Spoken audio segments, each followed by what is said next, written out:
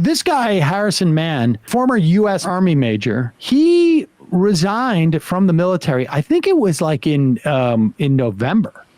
And we had heard this report, but he didn't really go public too much with it. Nobody really dug down deep into it. I mean, it's unclear to me why, whether he was reticent to come forward or if the news decided it wasn't worth it. We have since seen about more than half a dozen other State Department officials largely resign. Emma has spoken to one on this program and who was a guest prior to joining the administration. There's been others, and at least one of those State Department officials was Jewish, and I think actually she used to work for AIPAC at one point. I did not realize this Army major was Jewish, which, you know, in the grand scheme of things, really should make no difference. But for many Jews in this country, there is and I would imagine around the world to some extent as well, but it's quite obvious within this country, we don't appreciate our religion being hijacked in service of genocide, ethnic cleansing, murder of thousands upon thousands of innocent civilians, including obviously thousands and thousands of children. Here is CBS Jim Axelrod interviewing, and this is also what I'm somewhat encouraged by, is that it's on CBS. Yeah. This is, their morning show, television. Right? Yep. Huh? Their morning show, right? Yeah, I think it was, CBS This Morning. This is, normie television. Yeah. Here's Gail King introducing this segment. Exclusive interview with a Jewish U.S. Army major who resigned to protest U.S. support for Israel's war in Gaza. Until yesterday, Harrison Mann worked in the Middle East Bureau of the Defense Intelligence Agency. In his first TV interview, he tells Chief Investigative Correspondent Jim Axelrod why he can no longer serve in the Army.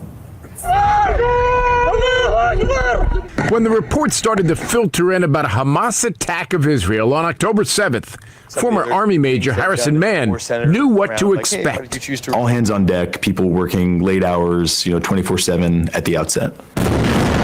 What was unexpected for him was Israel's response. We saw, even from the first days of the Israeli air campaign, willingness to inflict very high civilian casualties. A response this 13-year Army vet working on Middle East issues for the Defense Intelligence Agency says was enabled by U.S. weapons and indiscriminately targeted Palestinian civilians. Were the Israelis using American weapons against civilians in Gaza?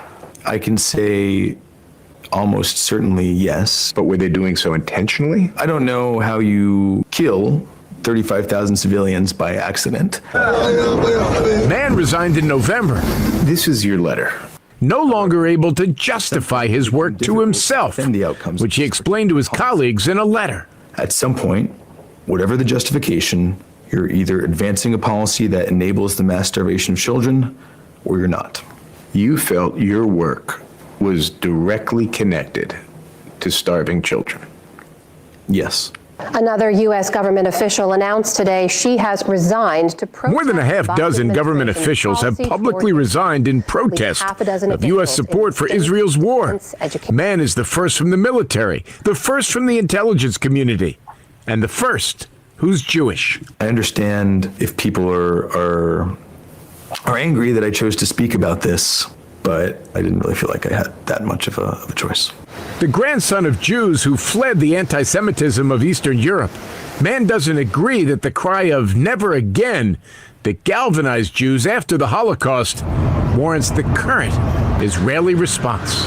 They're not responding in a way that is productive for the security of the state of Israel or Jews worldwide. And I think using never again as a justification, I'm confident saying it's certainly, some measure of ethnic cleansing, I do not think is in the spirit of never again. Wow. Powerful reporting from Jim Axelrod.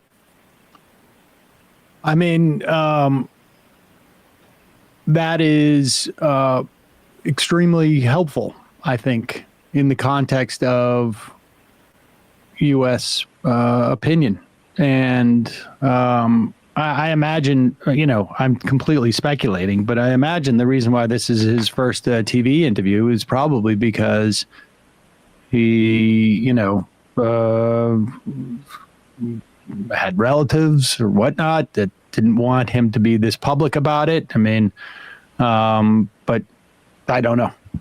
But good to see that it's happening at all anyways. Helpful. I'm just, as you were saying, Sam, happy to see that it's just on mainstream television now. It's way too late, but yeah. Be nice to see it shift programming us slightly on the topic beyond because CNN did that good report on the campus stuff a while ago. Like occasionally they'll do good work. It's just like, are we still acting dumb about some of the obvious lies coming from State Department spokespeople? Yeah. Right. It's just fascinating when that good reporting from Young Law that CNN that Matt's alluding to shares the same airwaves with Dana Bash's agitprop about the protest. Yeah. Yeah. It's bizarre. Okay, the phone number is 646-257-3920. If you have never called into the show, we welcome you to call in. Like to get some first-time callers, that would be great. And also, if you're watching the show on Rumble and you find what we're saying here to be completely idiotic, I would encourage you to call in and tell us, set us straight. Yes. Please. All you Rumbles people. Hey, folks, don't forget to hit the subscribe button and check out our daily show. We do it every day at 12 p.m. Eastern for about 2.5 hours. We even take phone calls. You should check that out.